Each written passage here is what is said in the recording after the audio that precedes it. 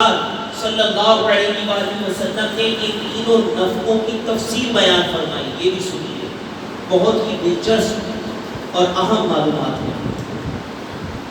چنانچہ بیان فرماتے ہیں اللہ پاک حضرت اسرافیل علیہ السلام کو پہلی بار سور پھونکنے کا حکم دیتے ہوئے فرمائے گا انفخ نفخۃ فزع، یعنی گھبراہٹ کی پھونک مارو. حضرت اسرافیل علیہ السلام سور پھونکیں گے، اس کی آواز سن کر زمین و آسمان والے گھبرا اٹھیں گے. ہاں جیسے اللہ پاک چاہے گا محفوظ رکھے گا. اللہ پاک کے حکم سے حضرت اسرافیل علیہ السلام سور پھونکنے کی اس آواز کو لمبا کریں گے، یعنی کافی دیر تک سور پھونکنا جاری رہے گا. اس کی ہولناک کے سبب، اس کی دہشت کے سبب پہاڑ ایسے چلنے لگیں گے جیسے بادل چلتے ہیں، یہاں تک کہ ریزہ ریزہ ہو جائیں گے. زمین پر شدید زلزلہ طاری ہو جائے گا، جیسا کہ اللہ پاک فرماتا ہے یوم ترجف الراجفہ تتبعها الطائفہ قلوب یومئذ واجفہ، جس دن تھر تھرانے والی تھر تھرائے گی، اس کے پیچھے آئے گی پیچھے آنے والی، دل اس دن خوف زدہ ہوگی.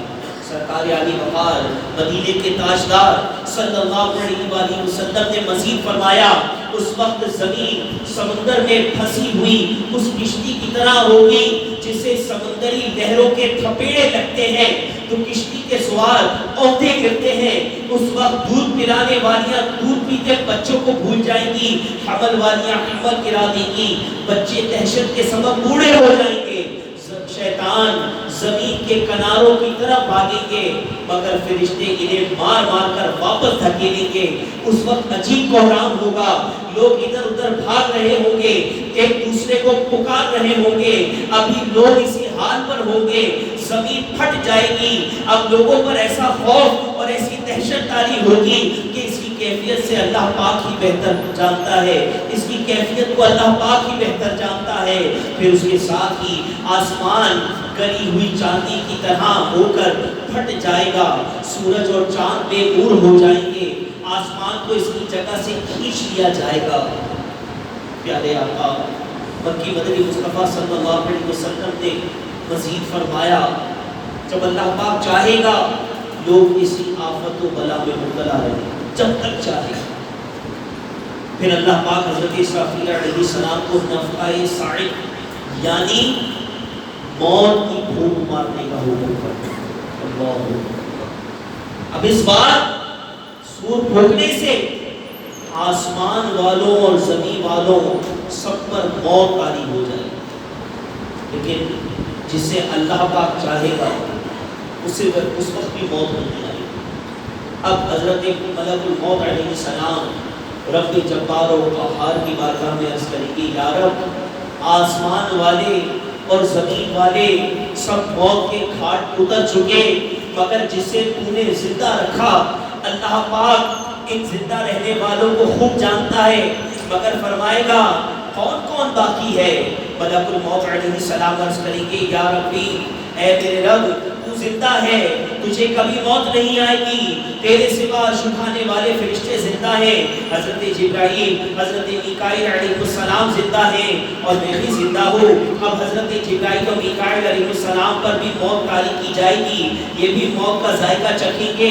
پھر ملک الموت علیہ السلام عرض کریں گے مالک جبرائیل اور میکائیل علیہ السلام بھی موت کا ذائقہ چکھ چکے. اللہ پاک فرمائے گا اب کون بچا ہے؟ عرض کریں گے مالک تو زندہ ہے، تجھے کبھی موت نہیں آئے گی، تیرے سوا عرش اٹھانے والے فرشتے زندہ ہیں اور بھی زندہ ہو. اب پہلے عرش اٹھانے والے فرشتے پھر حضرت ملک الموت علیہ السلام پر بھی موت طاری کی جائے گی. اب صرف اللہ واحد القہار باقی ہوگا، وہ بے نیاز ہے، نہ اس کا کوئی باپ نہ اس کا کوئی بیٹا، وہی اول وہی آخر. اب اللہ پاک فرمائے گا لمن الملک اليوم، آج کس کی بادشاہی ہے؟ اس وقت کوئی جواب دینے والا نہ ہوگا. اللہ پاک خود ہی فرمائے گا للہ الواحد القہار، ایک اللہ کی جو سب پر غالب ہے، پھر زمین و آسمان کو یوں لپیٹ دیا جائے گا جیسے کاغذ لپیٹتے ہیں. پھر اس وقت زمین کی جگہ کوئی اور زمین بچھا دی جائے گی, آسمان کی جگہ اور آسمان بنا دیا جائے گا. اب اللہ پاک 3 مرتبہ فرمائے گا میں ہوں جبار جسے میرا شریک ہونے کا دعویٰ ہے, سامنے آئے. اس وقت کوئی بھی سر اٹھانے والا نہ ہوگا. اب مخلوق کو اس نئی زمین پر ڈال دیا جائے گا جو پہلے قبروں میں تھے. اب نئی زمین کی قبروں میں ہوں گے. جو پہلے زمین کی سطح پر مرے پڑے تھے اب نئی زمین کی سطح پر مرے پڑے ہوں گے. پیارے نبی, آخری نبی رسول ہاشمی صلی اللہ علیہ وسلم نے اپنا پرسوز بیان جاری رکھتے ہوئے مزید ارشاد فرمایا, اللہ پاک فرمائے گا عرش اٹھانے والے فرشتے زندہ ہو جائیں, بس وہ زندہ ہو جائیں گے. پھر حکم ہوگا جبرائیل اور میکائیل علیہ السلام زندہ ہو جائیں, وہ بھی زندہ ہو جائیں گے. اب اللہ پاک حضرت اسرافیل علیہ السلام کو حکم دے گا انفخ نفخۃ البعث, یعنی مرنے کے بعد اٹھائے جانے کے لیے سور کو. حضرت اسرافیل علیہ السلام تیسری بار سور پھونکیں گے, اس سے تمام روحیں نکل آئیں گی. اللہ پاک فرمائے گا میری عزت و جلال کی قسم تمام روحیں اپنے جسموں میں چلی جائیں. چنانچہ تمام روحیں اپنے جسموں میں چلی جائیں گی.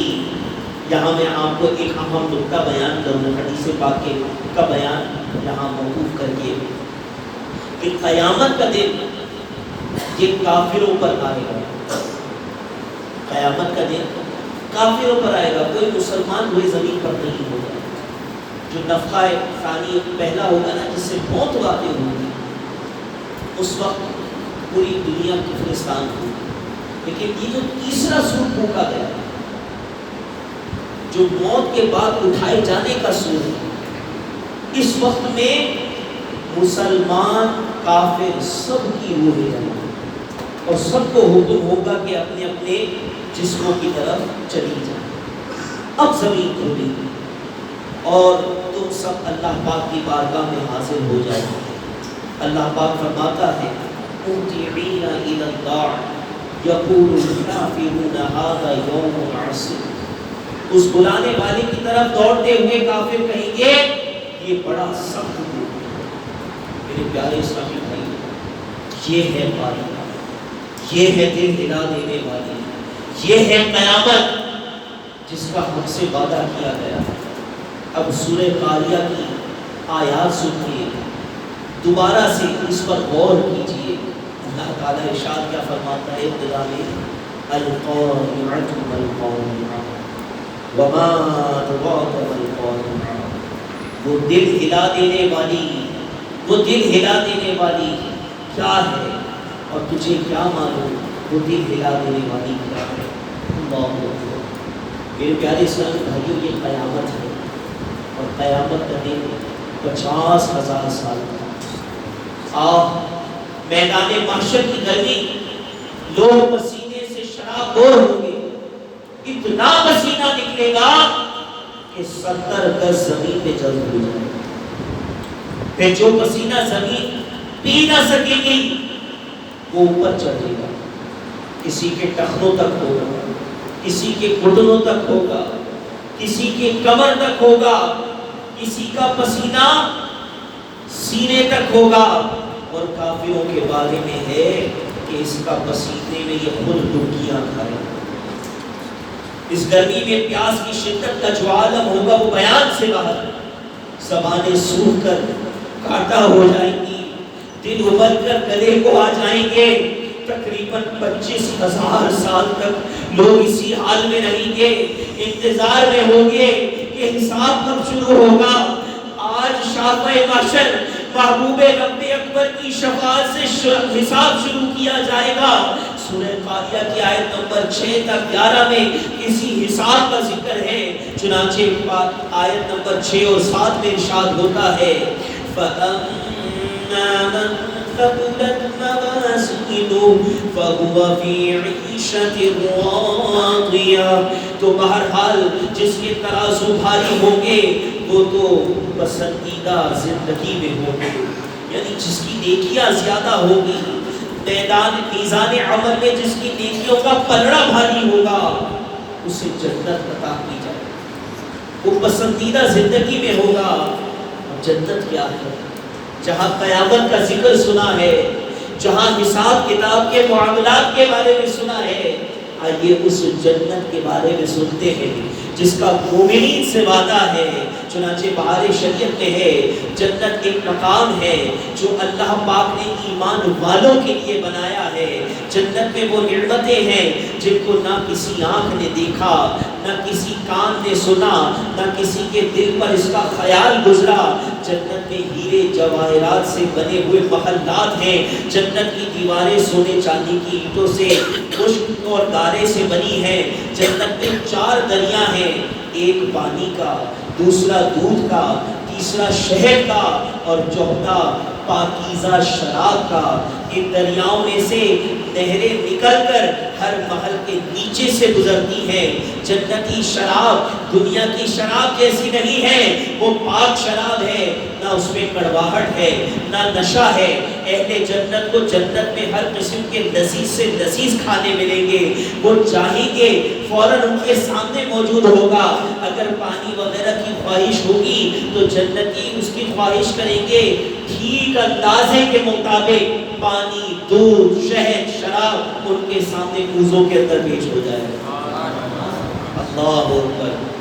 اور جنت میں کوئی نجاست بھی نہیں ہوگی. یہاں کھاتے پیتے ہیں اور پھر باہر لائنیں لگتی ہیں، مگر جنت میں ایسا کچھ بھی نہیں ہوگا. بلکہ آدمی جتنا چاہے گا کھائے گا، جتنا چاہے گا، اور ہر نوالے میں لذت ہوگی. یہاں بریانی کھانا شروع کرتے ہیں جب پیٹ بھر جاتے بریانی اچھی نہیں لگتی، ہٹا دو بھائی اس کو سامنے سے. نہیں نہیں نہیں، جنت میں یہ چیز نہیں ہے. آدمی خواہش کرے گا کھائے گا، لذیذ لذیذ لذیذ، ہر لقمے پہ لذت بڑھے گی. اور اسی کو حقیقی لذت کہا گیا. دنیا کی جو لذت ہے نا وہ بھوک کی وجہ سے، جنتی کے لیے بھوک ہی نہیں ہے اور کھانا بھی لذیذ ہے. وہ حقیقت لذت ہی ہوئی. اور جب وہ کھا چکے گا، جب اس کا دل ہو جائے گا بس اب کھا لیا، دل نہیں چاہے گا مزید، تو پھر وہ واپس اپنی جگہ پر معاملہ چلا جائے گا اور ایک فرحت بخش ٹکار آئے گی. سارا کھانا ہضم ہوگا، خوشبودار پسینہ نکلے گا، سارا کھانا ہضم ہوگا، حاجت ہی نہیں ہوگی. اللہ. اور وہاں پر نہ گندگی ہے، نہ تھوک ہے، نہ ریچھ ہے، نہ بدن کا میل ہے. اور ایک اور مزے کی بات بتاؤں، جنت میں ریش بھی نہیں ہے، داڑھی بھی نہیں ہوگی، مگر اسی کی داڑھی نہیں ہوگی جو یہاں داڑھی رکھنا ہے. داڑھی رکھنا کیا ہے؟ واجب ہے، اس واجب پر عمل کیا جائے. وہاں پر بے ریش ہوں گے. آدمی کے جسم پر صرف سر کے بال ہوں گے اور یہ جو ہماری آئی برو بنی ہے، اس کے علاوہ انسان کے بدن پر کہیں بھی بال نہیں ہوں گے، کہیں بھی بال نہیں ہوں گے، بے ریش ہوگا. آئیے اور سنیے، اس میں خادم ہوں گے، ایک ہاتھ میں چاندی کا پیالہ ہوگا، ایک ہاتھ میں سونے کا پیالہ ہوگا. جنتی نعمت کھائیں گے اور اس میں خوب ذائقے ہوں گے اور بہت ہی پیارے لباس زیب کر ہوں گے. اور جنتی کو جو سب سے پیاری نعمت ملے گی نا، وہ ہے اللہ کا کلام. نبی کریم صلی اللہ علیہ وسلم نے فرمایا چاند کی طرف اشارہ کر کے کہ تم اپنے رب کا جنت میں ایسے دیدار کرو گے جیسے چاند کو دیکھو. سب سے بڑی نعمت ہے، سب سے بڑی نعمت. اور جس کو جتنا مرتبہ ملے گا جنت میں، جتنا ہائی لیول ہوگا، ہائی اسٹینڈرڈ ہوگا، ایز پر اسٹینڈرڈ، وہ اپنے رب کا اتنا ہی زیادہ دیدار کرے گا. مال و زر، یہ تو جو وہاں کی نعمت ہے وہ ہے وہاں کی جو مال و زر، لیکن رب کا دیدار سب سے بڑی نعمت. لیکن بدقسمتی سے بعض مسلمان ایسے بھی ہوں گے جن کا نیکیوں کا پلڑا ہلکا ہو. ان کے بارے میں اگلی آیات میں آتا ہے وَأَمَّا مَنْ خَفَّتْ مَوَازِينُهُ فَأُمُّهُ هَاوِيَةٌ وَمَا أَدْرَاكَ مَا هِيَهْ نار حامیہ، اور بہرحال جس کے ترازو ہلکے پڑیں گے تو اس کا ٹھکانہ حاویہ ہوگا۔ اور تجھے کیا معلوم وہ کیا ہے؟ ایک شعلہ مانی آگ۔ معلوم ہوا جو دنیا میں باطل کا پیروکار رہا ہوگا، جو گناہ گار ہوگا، جس کے گناہ زیادہ ہوں گے، نیکیاں کم ہوں گی، اور اللہ پاک کی رحمت شامل حال بھی نہ ہوئی، تو اسے جہنم کا ایندھن بنایا جائے گا۔ اس موقع کی مناسبت سے اعلیٰ حضرت نے بہت ہی پیارا استغاثہ حضور کی بارگاہ میں کیا۔ آئیے آج کی رات میں ہم بھی سرکار کی بارگاہ میں استغاثہ کریں، شاید اس شعر کی برکت سے ہمارے لیے بھی کچھ سامان ہو جائے۔ اعلیٰ حضرت فرماتے ہیں خدائے قہار نے غضب پر کھلی نعمت کاریوں کے دفتر، خدائے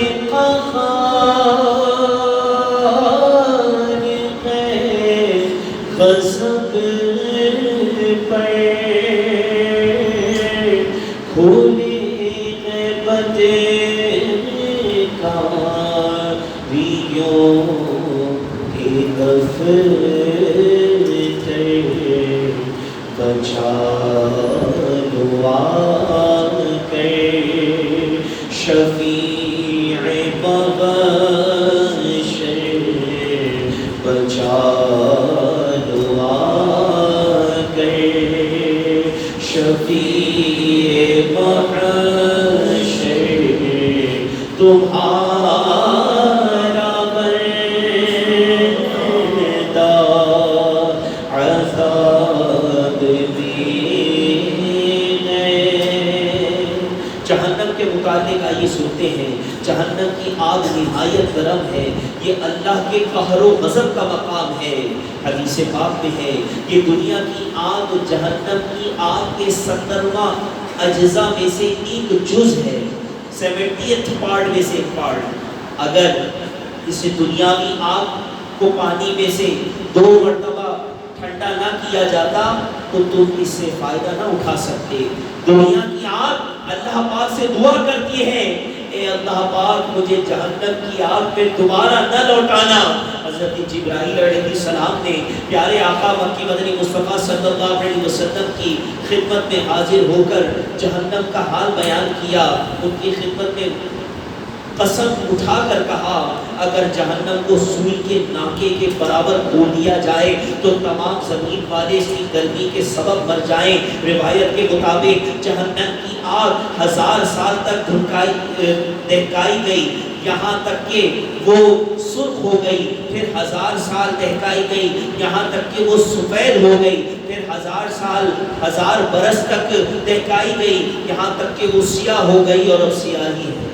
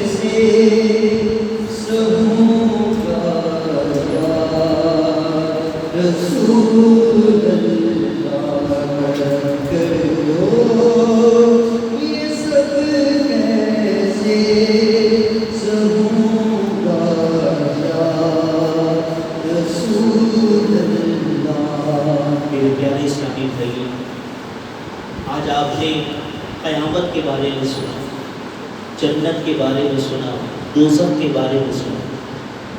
یہ معاملات ضرور رونما ہونے والے ہیں، اور ہم سب کے ساتھ ہوں، ایک ایک فرد کے ساتھ قیامت کے معاملات، حساب کتاب کے معاملات، جنت اور یا دوزخ کے معاملات ہوں گے۔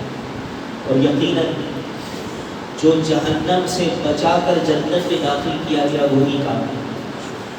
قرآن کریم میں رب کریم کا ارشاد ہے فَمَنْ زُحْزِحَ عَنِ النَّارِ وَأُدْخِلَ الْجَنَّةَ فَقَدْ فَازَ۔ جو آگ سے بچا کر جنت میں داخل کیا گیا وہ کامیاب۔ اور مزید کامیابی کے متعلق اللہ تبارک و تعالی نے مؤمنین کی اوصاف بیان فرمائے کہ جو کامیاب مومن ہے وہ کون ہے۔ پارہ 18 سورہ المؤمنون میں اللہ تعالیٰ ارشاد فرماتا ہے قد افلح المؤمنون، مومن کامیاب ہو گئے۔ کون سے مومن کامیاب ہو گئے کہ اوصاف آگے بیان ہیں، اور پھر آگے ارشاد فرمایا اولئک هم الوارثون، یہی جنت کی میراث والے ہیں۔ الذین یرثون الفردوس، فردوس کی میراث، ہم فیہا خالدون، ہمیشہ اس میں ہیں۔ تو ہم نے اس جنت کو حاصل کرنا اور اس جنت کے لیے کوشش کرنی ہے، اپنے آپ کو جہنم سے بچانا ہے۔ میرے پیارے اسلامی بھائیوں، آج لیلۃ القدر ہے جو 1000 مہینوں سے بہتر ہے۔ ہم اتنی عمر نہیں پاتے کہ جس میں ہم کثیر عبادت کر سکیں۔ میرے آقا کی دعا کی برکت ہے، ہم نے دعا کے بارے میں سنا، میرے آقا کی دعا کی برکت ہے آج ہمیں لیلۃ القدر عطا ہے۔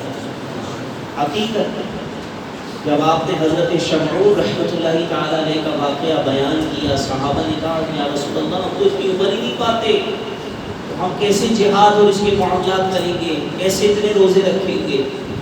تو اللہ کی بارگاہ میں ان سے دعا کریں، اور پھر ہمیں یہ لیلۃ القدر بھی جس کے متعلق فرمائیں گے 1000 مہینوں سے بہتر، اتنی پیاری رات ہمیں جائے اور ہم اللہ پاک کی بارگاہ سے مغفرت حاصل کیے بغیر لوٹ جائیں۔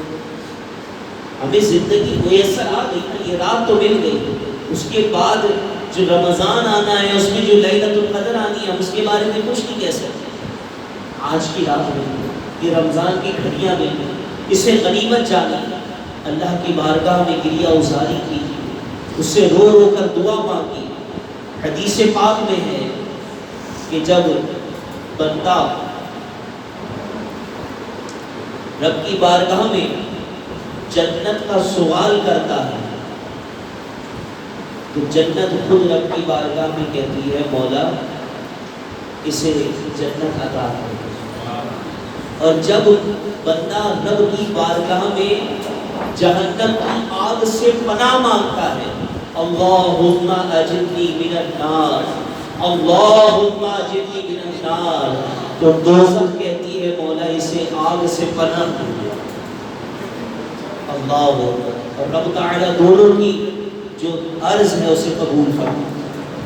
تو ایسی پیاری سعادتیں جب ہمیں مل سکتی ہیں، ہم رب کی بارگاہ میں کیوں نہ دعا کریں، اس سے کیوں نہ گڑگڑا کر دعا کریں، تو پھر اس احساس کے ساتھ کہ ایک دن مرنا ہے آخر موت، کر لے جو کرنا ہے آخر موت۔ قیامت کا معاملہ اگرچہ درپیش ہونا ہے، کب ہونا ہے ہم یہ نہیں جانتے، لیکن ہونا ہے۔